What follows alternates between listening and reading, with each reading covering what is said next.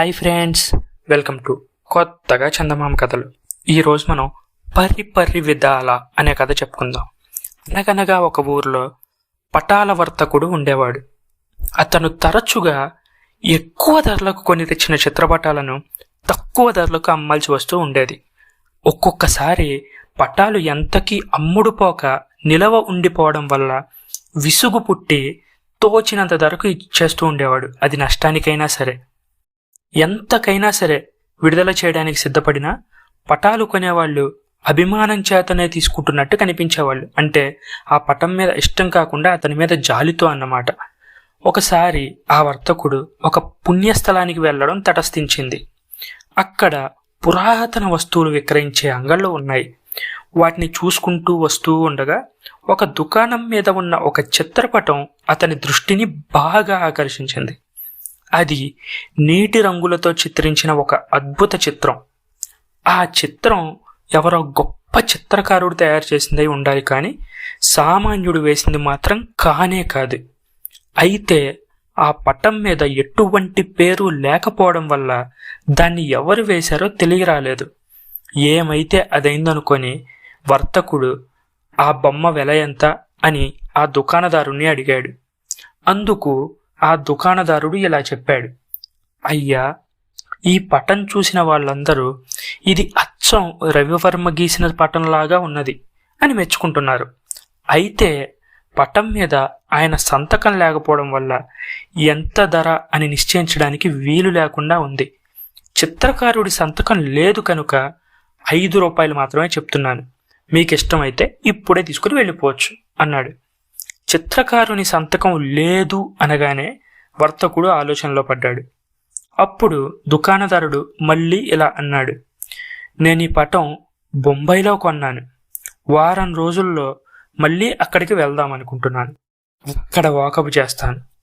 ఇది రవివర్మ పటమే అని నిశ్చయం అయితే ఇక దాని వెల ఎంత అని నిర్ణయించడానికే వీలుండదు. దీని ధర అన్లిమిటెడ్ అయిపోతుంది. ఇప్పుడు మాత్రం ఆ సంగతి రూఢిగా చెప్పలేను. అందుకనే ఇంతటి గొప్ప పటాన్ని 5 రూపాయలకే ఇవ్వడానికి సిద్ధంగా ఉన్నాను. తర్వాత మీ ఇష్టం అన్నాడు. వెంటనే వర్తకుడు కాసేపు ఆలోచించాడు. పోతే 5 రూపాయలు పోతాయి, వస్తే రవివర్మ గీసిన అద్భుతమైన చిత్రపటం తన చేతికి వస్తుంది అనుకొని ఆ పటం తీసుకున్నాడు. వర్తకుడు తన ఊరు చేరుకున్నాడు. కొత్తగా కొన్న ఈ పటాన్ని తన దుకాణంలో వేలాడి తీసేసరికి అది అందరినీ ఆకర్షించింది. దాన్ని కొనడానికి పెద్ద పెద్దలందరూ పోటీ పడసాగారు. ఆ పటం యొక్క బాణీ కనిపెట్టిన వారందరూ అది రవివర్మ వేసిన పటమే తప్ప మరొకరిది కానే కాదు అని నిర్ధారణ చేసేశారు. ఎలా అయితేనే ఒక ఆయన దాన్ని 100 రూపాయలు ఇచ్చి కొనుక్కెళ్ళిపోయాడు. ఇది ఆ వర్తకుడి జీవితంలోనే ఒక అపూర్వమైన ఘట్టం. అంత తక్కువ వెలకు కొన్న ఒక బొమ్మను ఇంత ఎక్కువ ధరకు విక్రయించడం అనేది అతను తన జీవితంలోనే ఇంతకు ముందన్నడూ చూసి ఉండలేదు. ఈ అదృష్టాన్ని తలుచుకొని అతను పొందిన ఆనందానికి అవధులు లేకపోయింది. వెంటనే అతనికి ఒక చక్కటి ఆలోచన తట్టింది. నా ఈ అదృష్టానికి కారణం నేను కాదు, నాకు ఈ పటాన్ని నమ్మిన ఆ దుకాణదారుడు. నిజానికి అతను చాలా న్యాయవంతుడు. పటం యొక్క మంచి చెడలు దాపరికం లేకుండా ఉన్నది ఉన్నట్టుగా నాకు చెప్పాడు. సరిగ్గా అతను చెప్పినట్టుగానే ఇది రవివర్మ పటమే అని అందరూ నమ్మి ఈ పటం మీద ఎంతగానో మోజుపడ్డారు. కనుక నా లాభంలో సగం ఆ దుకాణదారుడికి ఇవ్వడమే న్యాయం అని అనుకున్నాడు. ఈ ఆలోచన వచ్చిన వెంటనే ఆ దుకాణదారుడికి ఒక ఉత్తరం ద్వారా తన ఉద్దేశాన్ని తెలుపుదామనుకొని తపాలా కార్యాలయానికి వెళ్ళాడు. తీరా అతను అక్కడికి వెళ్ళేసరికి పోస్ట్ ఆఫీస్ మూసేశారు. స్టాంపులు దొరకలేదు. అందువల్ల ఉత్తరం వేయడం అనేది జరగలేదు.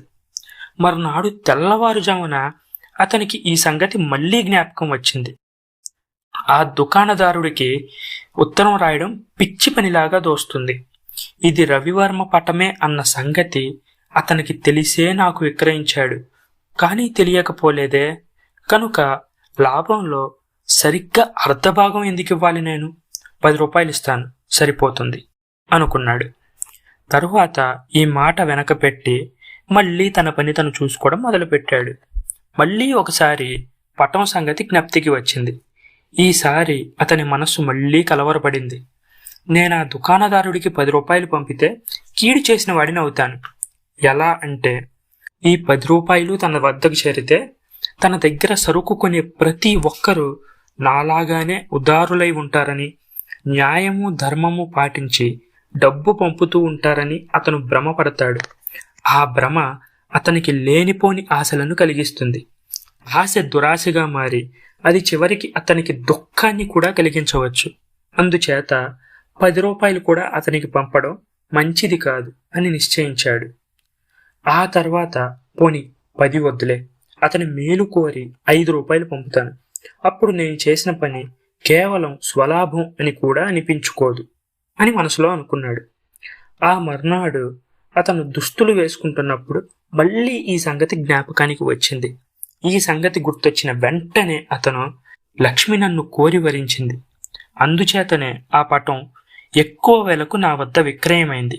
భాగ్యదేవత నాకు అనుగ్రహించిన దాన్ని నేను మరొకళ్ళకి దారపోయడం అజ్ఞానం అవుతుంది. ఏమో, మనసులో అనుకున్నాను ఆ దుకాణదారుడికి ఏమైనా ఇద్దామని. తీరా అనుకున్నాను కనుక 1 రూపాయి ఇస్తాను అంతే. నిజానికి నీ వద్ద నేను కొన్నటువంటి పటానికి ఇంత లాభం వచ్చింది అని ఒక జాబు రాస్తేనే చాలు, ఆ దుకాణదారుడు ఎంతో సంతోషిస్తాడు. అటువంటిది నా కృతజ్ఞత తెలుపుతూ 1 రూపాయి బహుమానం కూడా పంపుదామనుకుంటున్నానే, ఇంతకంటే ఏం కావాలి అనుకొని సమాధాన పెట్టుకున్నాడు. ఇలా తలచి వర్తకుడు 1 రూపాయి నోటు తీసి దాన్ని కవర్లో పెట్టి తపాలాలో పంపుదామని సిద్ధం చేశాడు. అది జేబులో ఉంచుకొని భోజనం చేసి వద్దామని ఆ మట్టునే వెళ్ళాడు. తర్వాత అతను పోస్టాఫీస్కు వెళ్తూ ఉండగా దారిలో ఒక చోట అతనికి జూదమాడేవాళ్ళు కనిపించారు.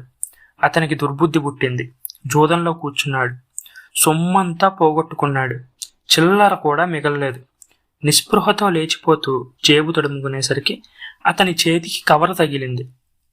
ఆ కవర్లో ఉన్న రూపాయితో మళ్లీ కూర్చొని జూదమాడాడు. పోగొట్టుకున్నంత సొమ్మే కాకుండా మరింత సొమ్ము గెలుచుకున్నాడు. చివరికి చూసేసరికి తన డబ్బు కాకుండా ఏకంగా 100 రూపాయలు అదనంగా గెలుచుకున్నట్టు తేలింది. ఇక వెంటనే ఇంకో ఆలోచన చేయలేదు. అతను మొదట ఎంత మొత్తం అయితే అనుకున్నాడో ఆ మొత్తాన్ని పూర్తిగా ఆ దుకాణదారుడికి పంపించేశాడు.